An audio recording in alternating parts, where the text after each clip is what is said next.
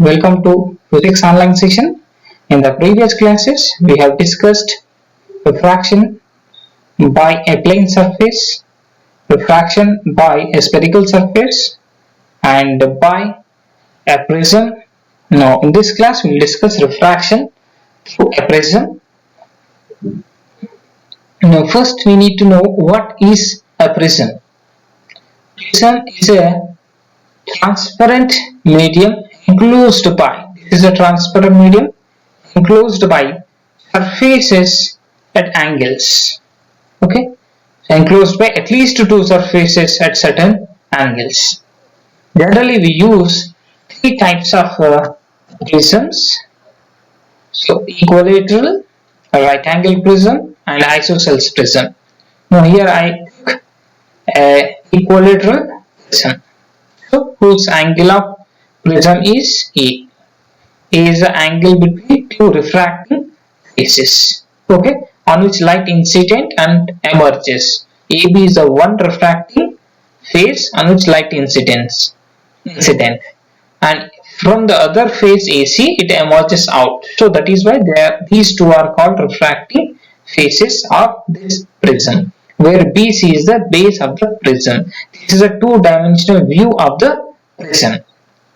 Okay, in this class we will study how light passes through this prism, and we will derive an expression for the refractive index of the material of this prism. Okay, here let PQ be the ray of light incident on the face AB, with where I is the angle of incidence. So this is, and these two are the normals drawn at the faces AB and AC. Okay, so with respect to normal we measured angle of incidence and angle of refraction I and R1, okay, for the face AB. So when it emerges out from the surface AC, E is nothing but the angle of emergence, also called as angle of refraction for the second face AC, where R2 is the angle of incidence. For our convenience, in place of I we are representing R, and R nothing but R2 is the angle of incidence for the second phase AC. Okay, so and A is the angle of prism. Okay, and delta is the angle of deviation, angle between the incident ray, okay, actual path of the incident ray and emergent ray is called the angle of deviation. This is the incident ray of light and this is the emergent ray of light. Okay, so next, so our aim is to find formula for refractive index. Okay, next slide.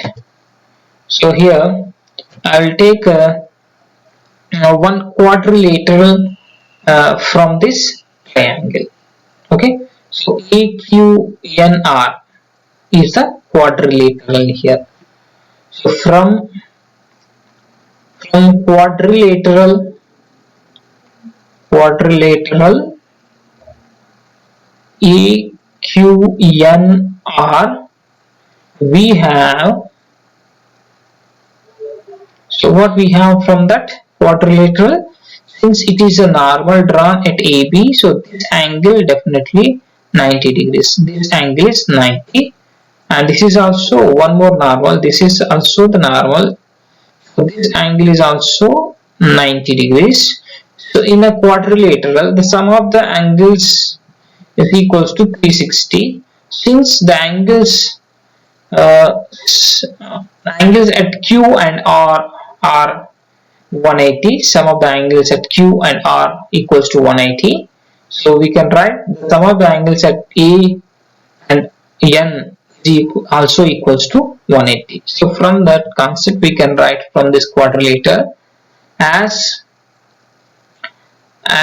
angle Q, as angle Q and angle R is equals to 180. So we can write angle A plus angle QNR also equals to 180, since the sum of the angles in a quadrilateral is 360. So let it be equation number 1. Now, so I'm taking one more triangle from this prism. So QNR. QNR is the one more triangle. So I'll take this triangle. QNR is another triangle. So in this triangle, so total angle in a triangle is 180. So R1 plus R2 plus angle at n equals to 180. So from that we can write angle R1 plus angle R2 plus angle QNR is equals to 180. This is written from the triangle QNR. Okay, so let it be another equation.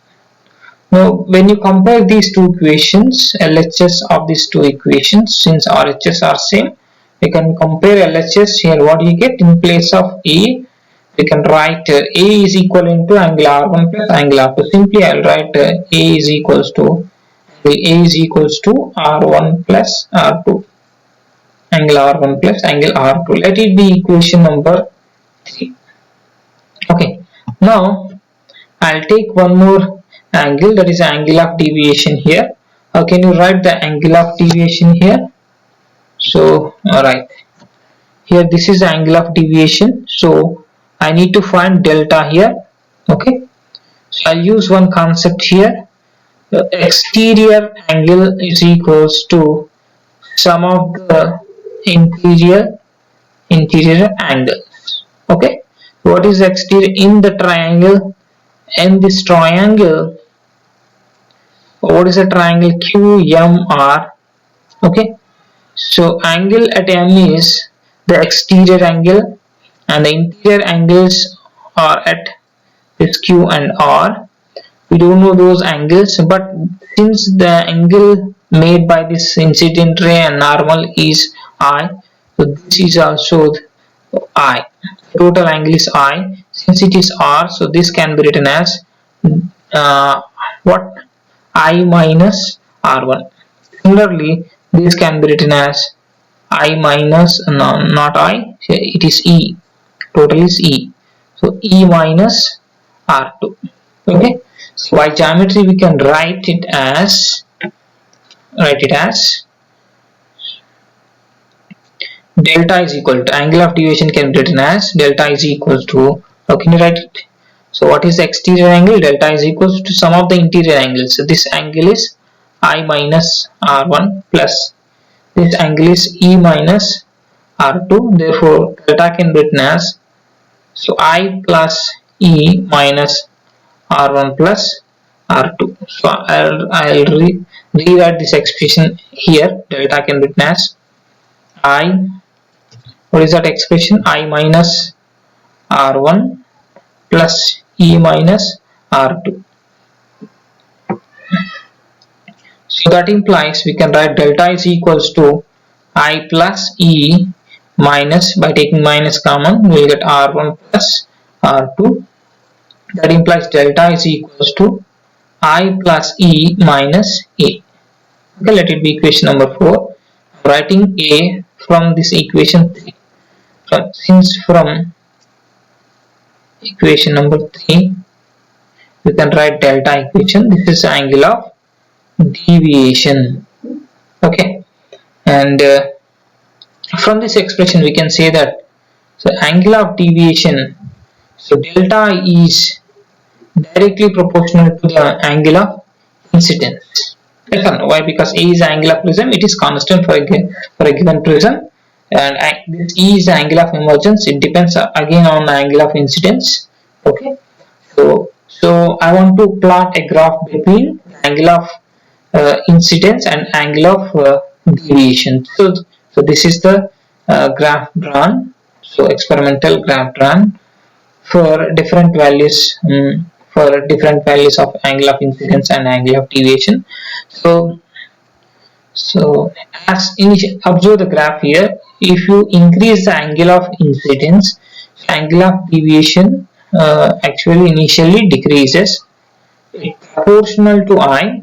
Okay, so angle of incidence, as you increase the angle of incidence, angle of deviation initially decreases and reaches minimum, and further if you increase angle of incidence, it increases. So this is the nature of this graph.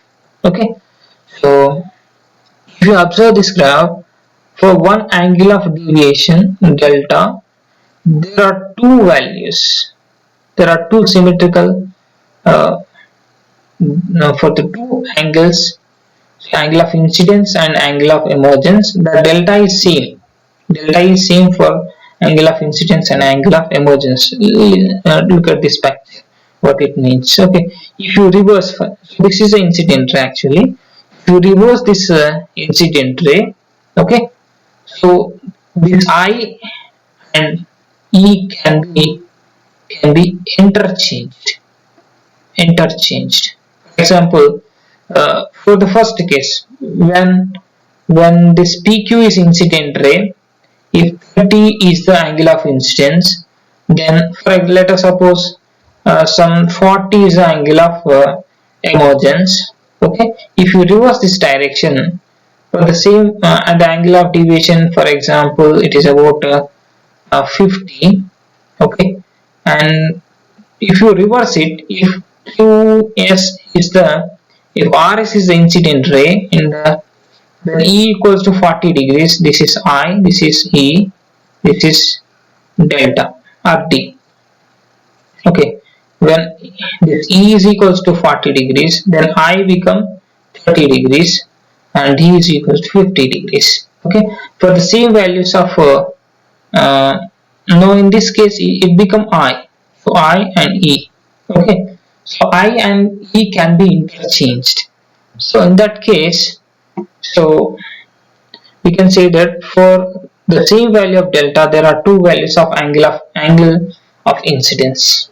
Okay, but at a particular value of delta, angle of deviation, so they are only one. So angle of incidence and angle of emergence both will have the same value.